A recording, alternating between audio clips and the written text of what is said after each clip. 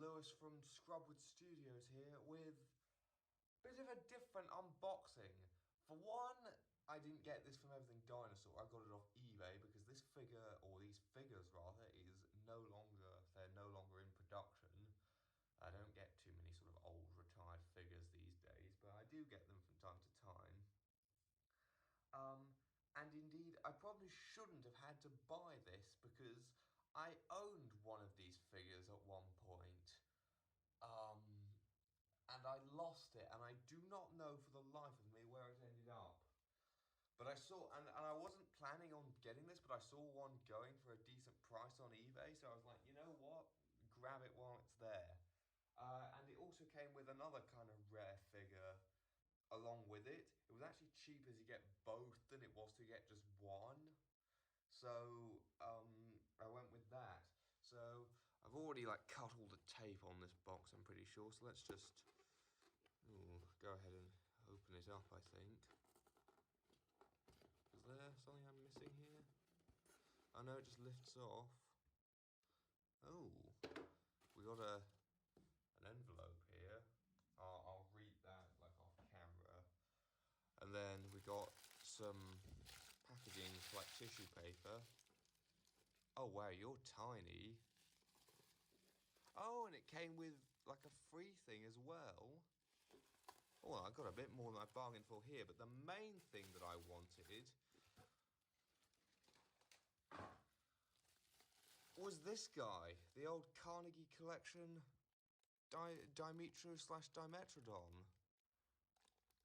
This is in used condition, so I'm immediately having a look over it, but I have to say, immediately, he's looking quite good. And then we also got, I was expecting this, we got the old Carnegie Dimetrodon, like the really old one. This thing's old, but this thing's even older, which I have to say is a lot smaller than I thought, but I kind of like it. And then we got, this wasn't listed in, it's a keyring. This wasn't listed in the eBay listing. Is this, it just says made in China on it. It's like a Dimetrodon keyring. I mean, it's a free dinosaur, I'll take it, okay. So it's a triple unboxing, in fact. So where do we even start? Let's start with this little guy, I guess. Bag opens up nicely. Dimetrodon. Does that say 3 to 4 meters or 3.4 meters? Can't tell. But it's cool they give that information on the underside. 1988, the Carnegie Safari Limited. It's very rubbery as well. Much more rubbery plastic than I'm used to with a Carnegie figure.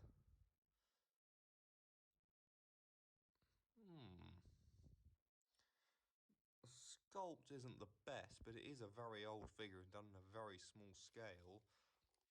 Let's look at this guy real quick, just because he probably won't take very long, this little keyring. Very rubbery, in fact, very, very rubbery, this one. Yeah, sculpt isn't the best, but hey, it's a free dinosaur, I'm not going to complain. And then we get on to the main event, and this is the one that I used to own, and the one I mainly bought this for.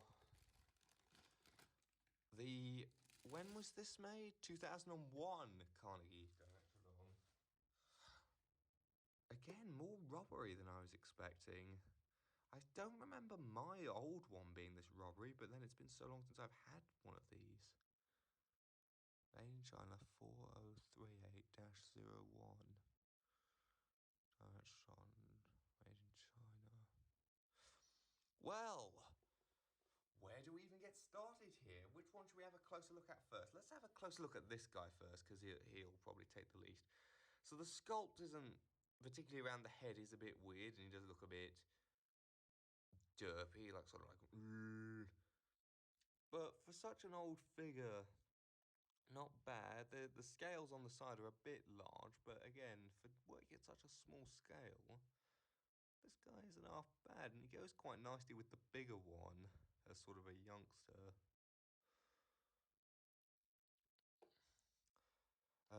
The keyring, not much really to say. It looks like it's just sort of a Chinasaur. It just says China on the underside. Sculpt is a bit weird, but hey, oh, it's got China on the side as well. Oh gosh. I don't think I'll include this one in the review because it was just a like free extra. But heyo. And then we've got this guy, which is the one I really wanted. Now, if you're wondering why I got this instead of getting like one of a newer figure, like the Collector Deluxe one or the Safari Limited, more recent one, I think those two are better sculpted, but not by much. And this thing here, I prefer the color scheme on it over those newer figures. Neither the Collector Deluxe or the newer Safari Limited one, I don't really like the color scheme on either of them. Like, they're not bad, but I prefer this, honestly, this old one. Even though the paint application is maybe a bit splodgy here and there, and a bit obviously paint rather than natural body colour, which is kind of to be expected, and like here especially for like, you know, kind of the figure does show its age a bit, and the kind of era it's from. But in spite of that, I actually prefer this colour scheme. I really like the sort of mixture of brown and yellow with a bit of white. I just think it really works. Let's take a bit of a closer look. Let's start up here at the head. So the head is actually pretty nice considering, especially considering the figure's age. It definitely seems to have that right sort of head shape for Dimetrodon for a synapsid of this type. Teeth are pretty nicely sculpted in. They're better sculpted than I remember actually on my old one. At least these canines on the upper jaw, the ones on the lower jaw kind of aren't so good. They're not painted that great, but they're still decent. Got the feet, 1, 2, 3, 4, 5 digits, that's good. 5 digits on the back feet, I believe that's correct. Keep in mind my knowledge on synapsids in general is pretty rusty. I used to know quite a lot, but not anymore. Got nice spotting down here, and I love this bright yellow sail. If we infer the sail as a display structure, this bright coloration would make sense to display to a potential mates or to scare off rivals potentially. And then we've got a nice long tail because this is quite a primitive synapsid, and it would have still had a lot of more reptilian features, so a nice long stiff tail. On the underside, we've got all the legal blah, blah, blah, blah, blah. Got some skin folds down the sides.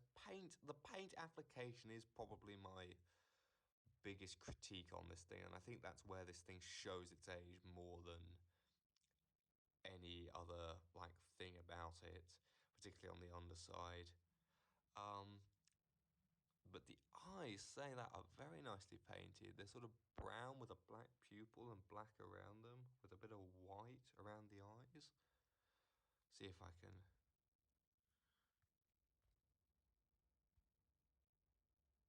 show that a bit better. Yeah, it's not really focusing, but there you go. So overall, I'm pretty happy with this.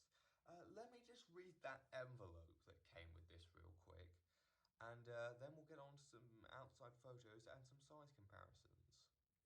Okay, the envelope just had this thank you card in it. It's got nothing written in it at all. So anyway, let's get on to some outside photos.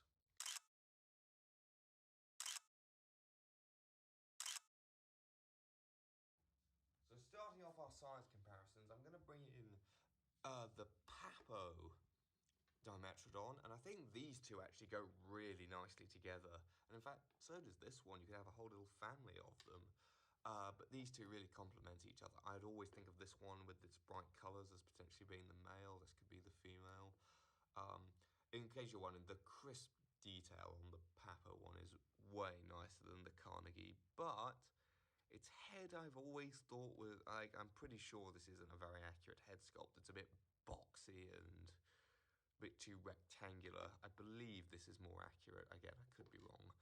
My knowledge on synapsids is a bit rusty. We also have an animal that Dimetrodon coexisted with and probably would have hunted, that being the Collector Deluxe Adaphosaurus. Get rid of that packaging. As you can see, the Adaphosaurus is a bit, oh by the way, it's a bit longer than the Papho one, but the Papho one's curly, and the Adaphosaurus is actually a bit bigger, as you can see. Like a bit longer, certainly, and a bit wider, I think, which is interesting. We also have my old consistent size comparison, which is in, well, maybe about in scale for once. It's the Collector Deluxe Coolosuchus.